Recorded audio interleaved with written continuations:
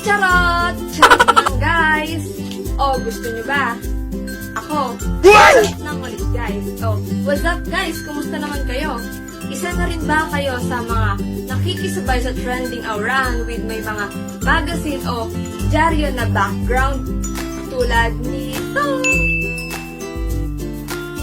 Kung mapapansin natin sa ating mga social media tulad ng Facebook, Instagram, ang dami nag-upload ng mga pictures nila kung saan ginagamit nila ang dyaryo bilang background. Sabi ng mga kaibigan ko kasi meron ko silang mga ganong picture para daw magkaroon ng parang vintage o retro vibes ko yun, guys. Basta yun, guys, parang ganon. Tama nyo na lang ako kung mali ako. Guys, buti pa sila maraming nakahanap na dyaryo tapos ginagawa lang nilang background sa mga picture nila. Samantalang kami, hirap na hirap humanap ng dyaryo para suriin. Sana all! Bekenemen!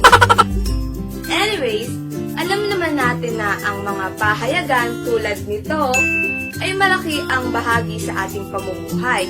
Dahil sa pamamagitan nito ay nakaalalaman natin ang mga pangyayari sa ating paligid. Tara guys, samahan nyo pa ako. Kami pala. Oo guys, may kasama ako. Hindi ako nag-iisa. Kalma lang kayo dyan. Makikita nyo rin mamaya ang aking mga naggagandahang kasama. Basta, samahan nyo lang kami na alamin pa kung para saan nga ba ang mga pahayagan tulad nito. Yan, ito guys. At kung ano-ano nga ba ang mga bahagi nito. So, ano pang iniintay nyo guys? Samahan nyo na kami!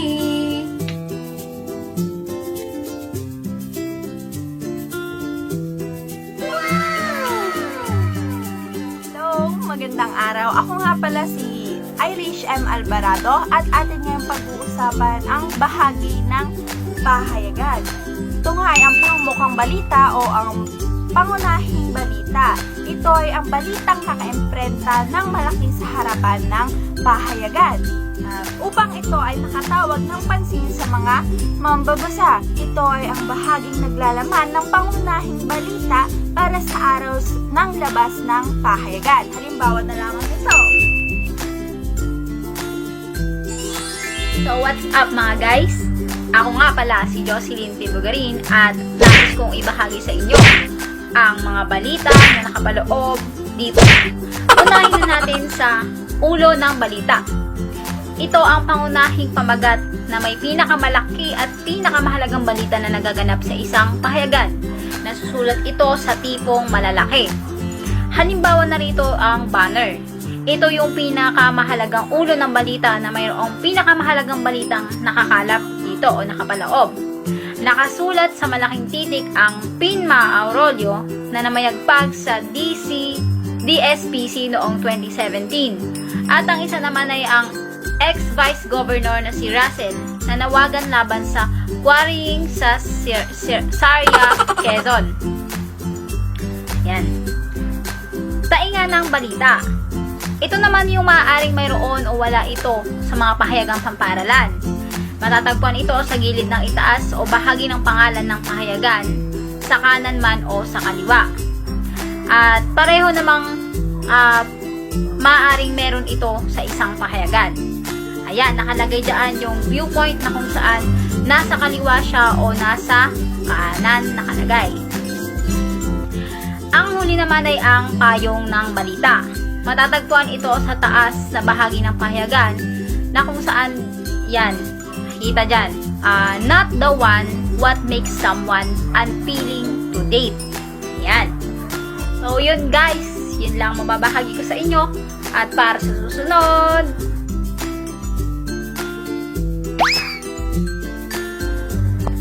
So what's up guys? Ako si Sarah at andito tayo ngayon para alamin ang mga bagay na hindi mo pa alam sa pahayagan. Mga katotohanang ngayon pa lang natin masisilayan. Mga balita na nakapanghihikayat sa patnubutan. Upang bigyan ng puna o opinyon ang mga balita.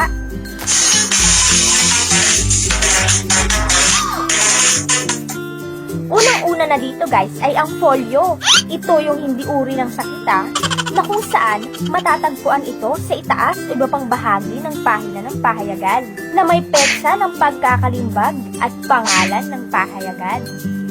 ito ay nakakahong bahagi ng mga pangalan ng kasapi ng patnugutan. Susunod naman guys ay ang patnugutan. Kung makikita nyo sa larawan, nagtataglay ito ng logo ng pahayagan. Pangalan ng tagapayo, supervisor at punong guro ng paaralan. Mayroon din kabuuang komentaryo na pinagtatalunan na kung saan tinatawag nila itong editorial.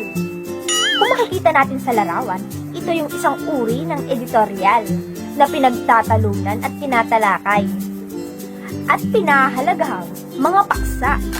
At alam nyo ba na ito rin ay paninindigan ng isang pahayagan tungkol sa mahahalagang issue.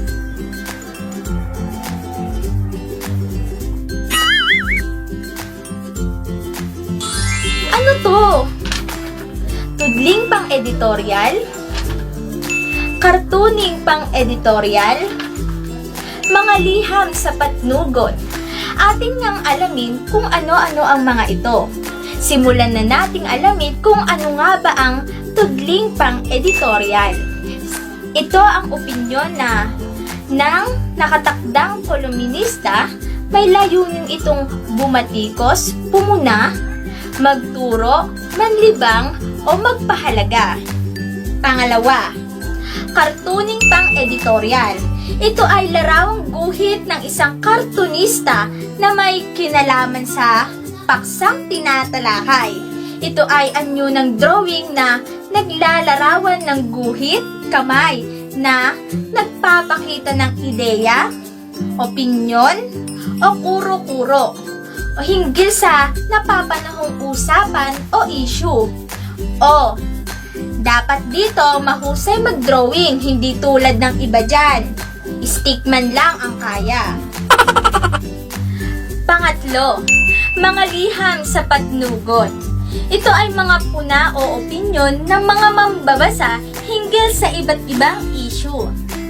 Payak na maglalahad ng pagpapahalaga sa ugali, tradisyon, kultura, at paniniwala.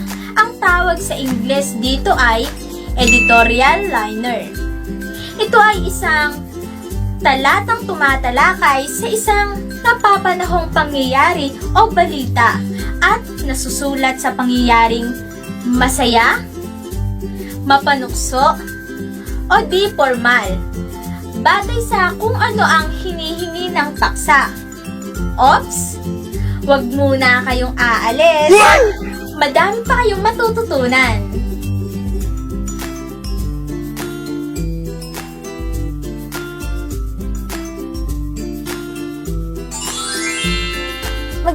Magandang araw. Ako si Mary Libed at samahan niyo ko kung ano nga ba ang makikita nating mga bahagi ng pahayagan sa diaryong aming sinuri. Ano pang hinihintay nyo? Arating na!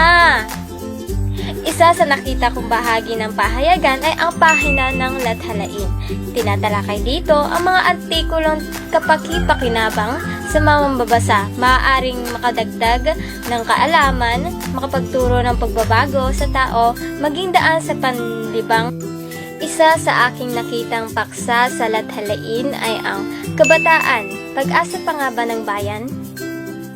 Na kung saan ito po ay pumapatungkol kung nananatili pa bang pag-asa ng bayan ang mga kabataan.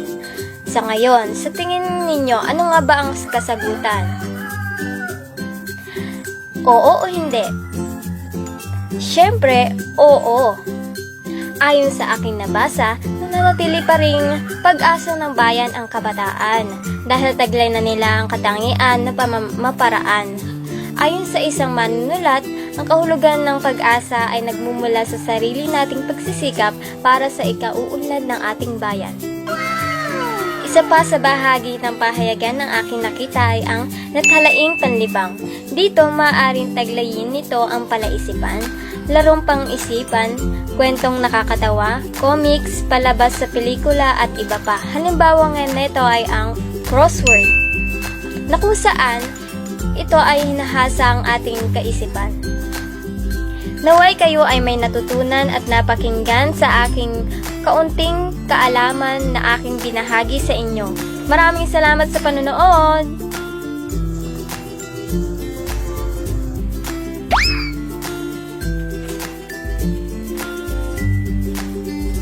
Hi guys! It's me, Janine Kyla C. Puno, at ngayon na isi-share ko sa inyo ang iba pang mga bahagi ng pahayagan. Meron tayo ditong natatanging lathalain at lathalaing pampanitikan. So unahin muna natin guys yung natatanging lathalain. Dito naman guys, isa itong uri ng sanaysay na kung saan ay batay sa mga tunay na pangyayari. Na ito yung dito natin makikita yung mga article patungkol sa nagaganap sa lipunan, maging yung mga mahalagang tao o bagay na pinagkakainteresan nating alamin, di ba? Sana all mahalaga. Tapos, o kaya yung mga article na may kinalaman sa pamumuhay, di ba? Yung sa lifestyle, yung pagkain, maging yung paghahalaman, guys, alam niyo yan. Usong-uso yan ngayong pandemya, yung paghahalaman, mga plantitos at mga plantitas, nakakabawas ng stress, nakaka-relax, diba? So, ayan, dahil nga ang layunin nga ng tanging lathalain, guys, ay makapagbigay ng aliw, diba? O manlibang, at pumukaw ng damdamin nga, ayun, na kung saan nga nagbibigay ito ng impormasyon patungkol guys sa mga tao, diba? Bagay, pangyayari, tulad nga ng sabi ko sa inyo kanina, diba? At na kung saan nga ay ito ay nasa isang malayang pamamaraan dahil nga malaya ang paggamit ng pang-uri, ngunit syempre may limitasyon ang paggamit ng opinion. Parang sa pagmamahal lang yan guys. Kung hanggang dun lang yung kaya niya ibigay na pagmamahal sa'yo, hanggang dun lang. Huwag ka na umasang mas may hihigit pa dun kasi masasaktan ka lang.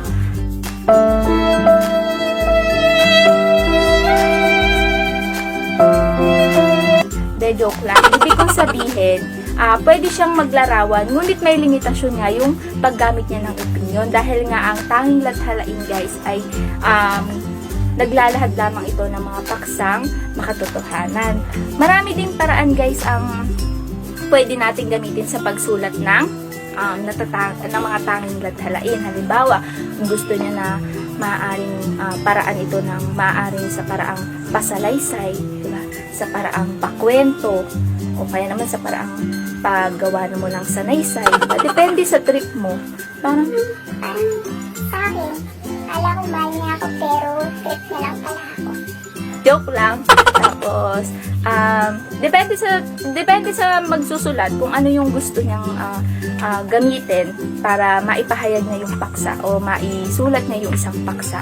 Diba? Dito din, may estilo din ito ng pampanitikan, guys. At dito na nga papasok yung lathalaing pampanitikan. So, sa lathalaing pampanitikan kasi guys, dito yung malaya ang paggamit ng tayutay at idioma. Ayan, ipa-flash ko sa screen para makita nyo yung mga halimbawa ng lathalaing pampanitikan. Na kung saan ay nakapupukaw ito ng interes ng mga mambabasa. Kasi maaari itong maging refleksyon ng buhay natin, ng karanasan, ng mga hangarin, damdamin. So, ayun. Sana may natutunan kayo at huwag kayong alis dyan kasi meron pa susunod na magbabahagi ng iba pang mga kaalaman patungkol sa inyo. Bye-bye!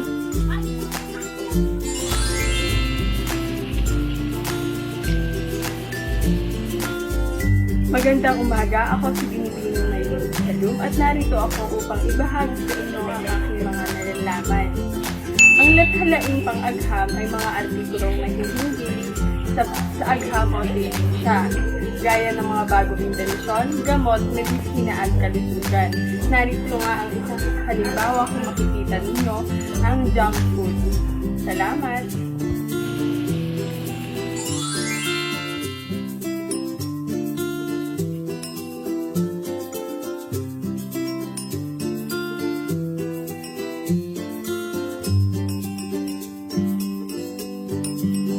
Oh guys, kayo pala ulit yan. Namiss niyo ba ako? Sana all miss. Ikaw, miss ka ba? Joke lang. Pero guys, ito ang hindi nyo dapat na-miss. Ang bahagi ng pahayagan na tinatawag natin pahinang pampalakasan o sport page sa English tulad nito, oh. Yan, tulad nito guys. So, sa tingin nyo guys, bakit kaya ito tinawag na pahina ng pampalakasan? Dahil ba puro strong lang na mga tao ang nilalagay na balita dito? Ganito yan guys, tinawag ito ng pahina ng pampalakasan dahil ang ganitong pahina ay malakas ang dating sa mga mambabasa. Bakit kaya naging malakas ang dating? Dahil nga sa disenyo nito. Dahil kung mapapansin natin tulad nito guys, tulad nito guys, di ba nakakaakit siyang tingnan dahil ma-action ang mga larawan na nakalagay dito at bukod pa doon, makulay siya, nakakaakit na basahin. Sana all nakakaakit. So, ayun nga guys, bakit nga ba ito tinawag na pampalakasang pahina o sports page? Dahil nga ito ay naglalahad ng mga balita na may kaugnayan sa iba't ibang uri ng laro. Halimbawa nga ng basketball, volleyball, tennis at kung ano-ano pang mga laro. Halimbawa nito. Tulad dito guys, ayan o. Meron siyang basketball, may volleyball, except na lang guys sa laro ng pag-ibig. Iba yun guys, ibang laro na yon. Very wrong yung laro na yun guys, kaya bawal dyan sa ganitong pahayagan. Ang pahina ng pahayagan nito ay isa sa pinakamahalagang pahina sapagkat ito ang nagbibigay aliw sa mga mambabasang sawa na sa gulo ng mundo. O diba, naaliw ka na, natuto ka pa, pak na pak. Sana guys ay nagustuhan nyo ang aming video na ginawa at sana ay may natutunan kayo. Kung di nyo nagustuhan o hindi nyo natutunan, hindi kayo magkakajowa. Charot! So tandaan nyo guys, ang mga pahayagan tulad nito ay hindi lang siya ginawa upang gamitin nyo pang background sa mga picture nyo o pang balot sa tinapa. X yun na, X. Ang mga pahayagan na ganito ay ginamit upang tayo ay magkaroon ng kaalaman, kamalayan sa mga pangyayari sa ating paligid. O, huwag niyong kalimutang basahin, aralin, at unawain ang mga pahayagan. Hanggang sa muli guys! Bye guys! O, gusto mo? Sige na nga!